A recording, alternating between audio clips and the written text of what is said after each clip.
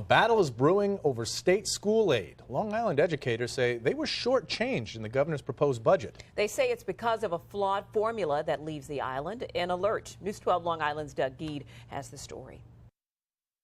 I don't know what they're looking at. Ron from Shirley says wealthy is not a word he'd use to describe the area in which he lives. But in the state's eyes, William Floyd is considered a school district better off than many others in the state.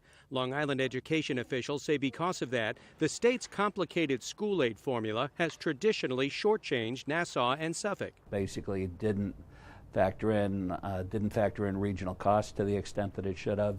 It didn't account for the cost of doing business on Long Island. To make matters worse, when the state faced its budget crisis 4 years ago, it put a temporary formula in place that Long Island officials say hit so-called wealthier districts even harder. We lost over 200 staff, including over 100 teachers, and that translates into the loss of electives at the high school level.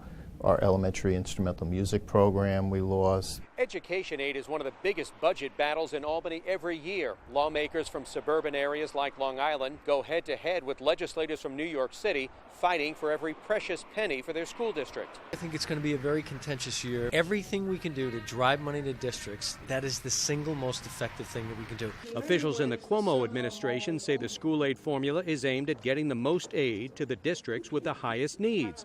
And they point out the governor has budgeted increases in school spending for 3 straight years. In Mastic Beach, Doug Geed, News 12 Long Island.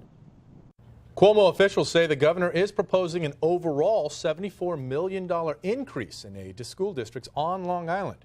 Local lawmakers say they'll fight to increase that amount before the state budget is actually passed by April 1st.